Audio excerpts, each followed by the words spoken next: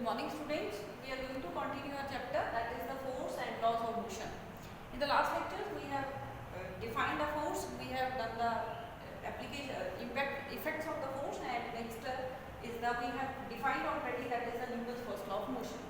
Now today's first topic is the application of Newton's first law.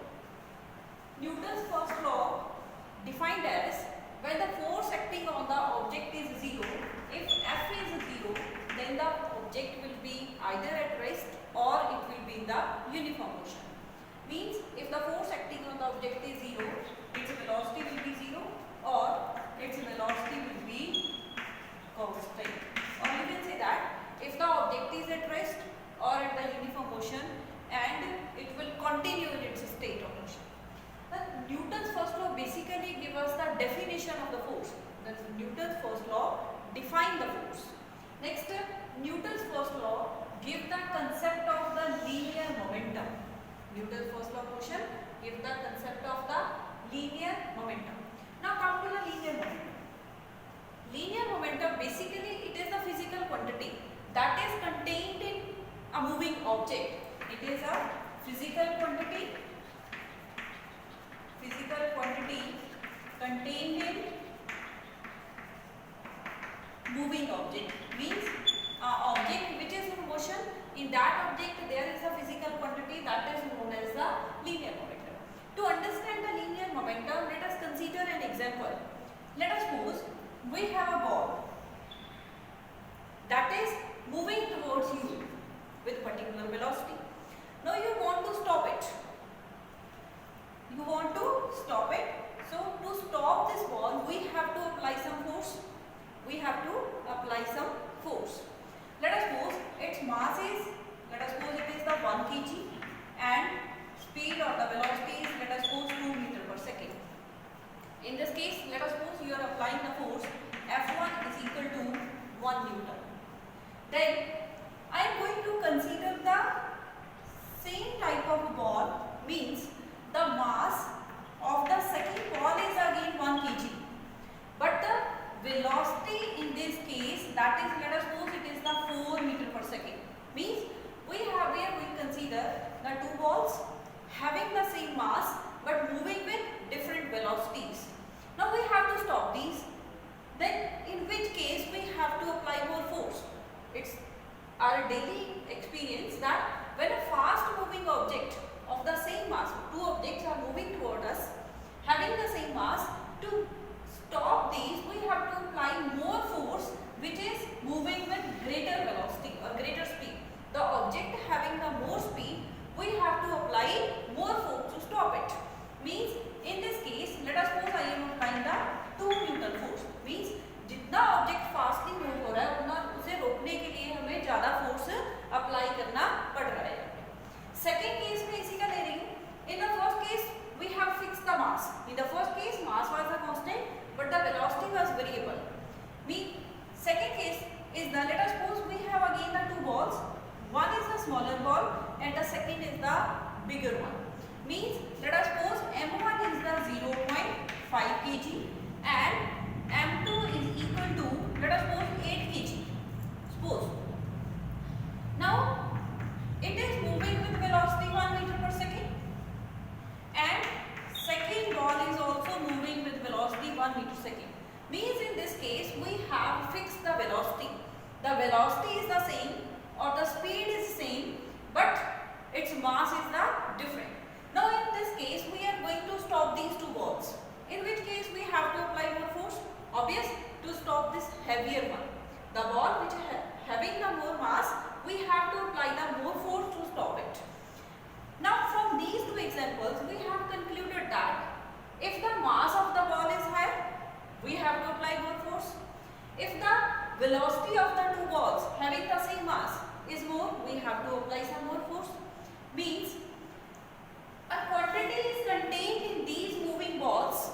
In the first case we have concluded that that quantity is directly proportional to their velocity or the speed. The more is the speed, more is the physical quantity contained in these moving balls, due to which we have to apply more force to stop these. Means that quantity is directly proportional to the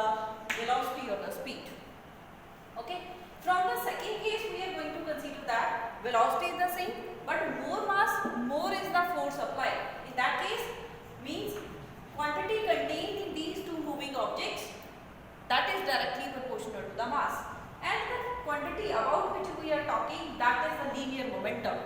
Means linear momentum is represented by the symbol P.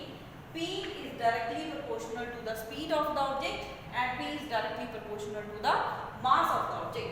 If we are going to combine equation 1 and 2, from here it will be P is proportional to m into v. Means P is directly on the mass and directly on the velocity. From here P is equal to k into mv. K is the constant of proportionality. In the SI system, k is taken as units. We will consider k is equal to 1. So from here P is equal to mass into velocity. So definition of the linear momentum will be equal to linear momentum is equal to product of mass and velocity. Linear momentum is equal to product of mass into velocity. Now linear momentum is equal to the product of the mass, that is the scalar quantity, and velocity, that is the vector quantity. When a vector is multiplied by scalar, the resultant quantity will be again a vector quantity. Means linear momentum is a vector quantity. Linear momentum is vector. Means it has the magnitude as well as direction. And the direction of the linear momentum will be same as that of the velocity. Now let us suppose an object is moving along this curve. At this point, let us suppose point P, the direction of the velocity is given by the tangent drawn to this curve, velocity v. Similarly, the linear momentum will also act in this direction. Means in which direction the velocity of the particle is acting, in the same direction the linear momentum will act. Okay, so this is all about the linear momentum. Next come to the Newton's second law of motion. Basically we are going to discuss firstly Newton's first law gives the definition of the force, and the Newton's second law gives us the formula to calculate that force. Newton's second law of motion. Newton's second law. According to the Newton's second law of motion, the external force acting on any object is proportional to rate of change of linear momentum. Means if an object is moving, there is the physical quantity contained in that object, that is the momentum. Momentum is going to change because momentum is equal to the product of mass and velocity. If the velocity changes, momentum is also going to change. Momentum is going to change with the passage of the time if the force is acting on the object. Force is acting, momentum is going to change. If we are going to rate of change of momentum, that is proportional to the force acting on the object. Means if I am going to consider that at time t is equal to 0, pi is the momentum. Means initial momentum is the pi. At any time t, pf is the momentum. Means final momentum is the pf. Then according to the Newton's second law, F will be force acting and that object will be equal to final momentum minus initial change in momentum upon change in time, that is the t minus 0. From here F will be equal to, you can write it as a k, constant of proportionality. It can be written as the change.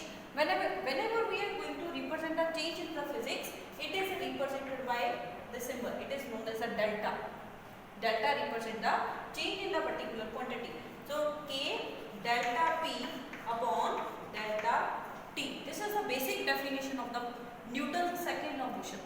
Maximum students commit a mistake here. Maximum students are going to define the force is equal to mass into acceleration. This is a statement of Newton's second law of motion. But this is not a statement. Actual statement is this much.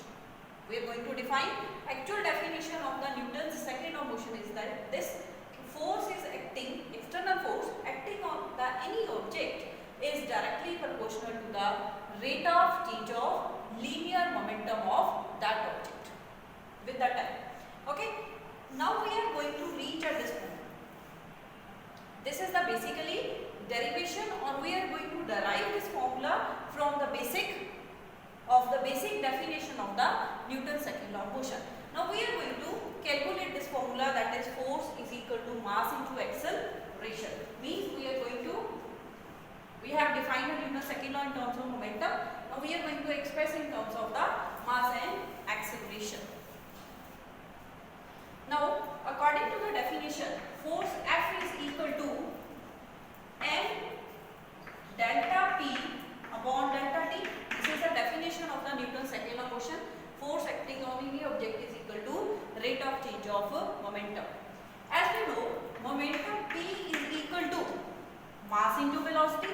We have already calculated that. Momentum is equal to mass into velocity. So, P is equal to, put the value of the P here, then force F will be equal to delta mv upon delta T. We can write it as. Now, m cannot change.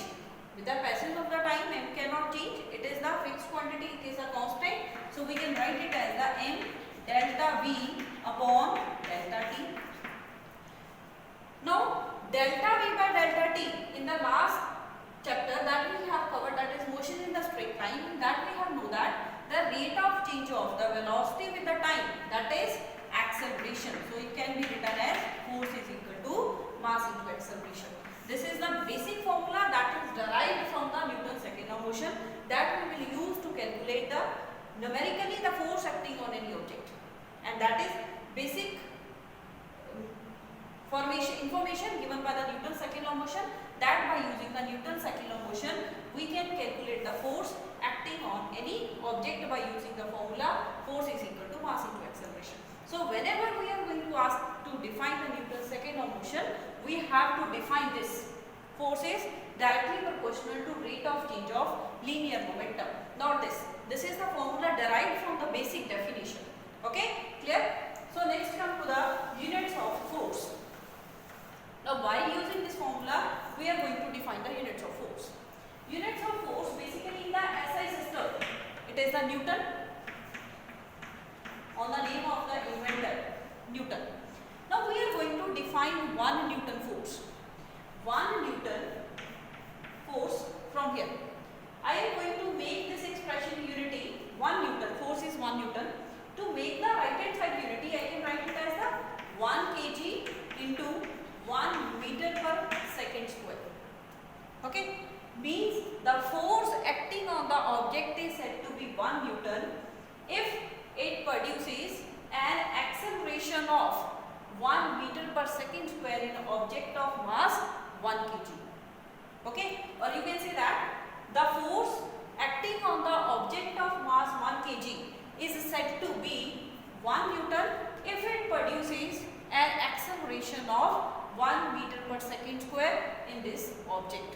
Okay, next in the CGS system, the unit of force is dyne. It is dyne. Now, we are going to define 1 dyne. 1 dyne in CGS system, mass is calculated in grams, 1 gram, and acceleration in centimeter per second square. Means the force acting on the object is said to be 1 dyne if it produces an acceleration of 1 centimeter per second square in object of mass 1 gram. Okay. Now, we are going to calculate the relation between the Newton and dyne.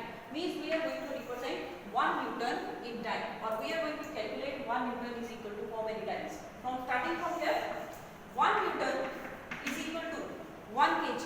In 1 kg, how many grams are there? That is the 1000 grams. 1 meter, here is the 1 centimeter. Means we are going to convert 1 meter into centimeter. In 1 meter, how many centimeters are there? That is the 100. You can write it as the 100 centimeter per second square. So, from here, 1 Newton will be equal to 1000 into 100. You can write it as the 10 power 3 into 10 power 2 gram centimeter per second square. So, this will be equal to 1 Newton 10 power 5 gram centimeter per second square is equal to 1 dyne. You can write it as a dyne. So, 1 Newton is equal to 10 raised to power 5 dyne. Then you have to learn this for the numericals, that 1 Newton is equal to 10 power 5 dyne. So, this is all about the Newton's second law of motion, and it's that we have derived the formula, then we have defined the units of the force. In the next lecture, we will continue with the applications of the Newton's second law of motion. question. Thank you.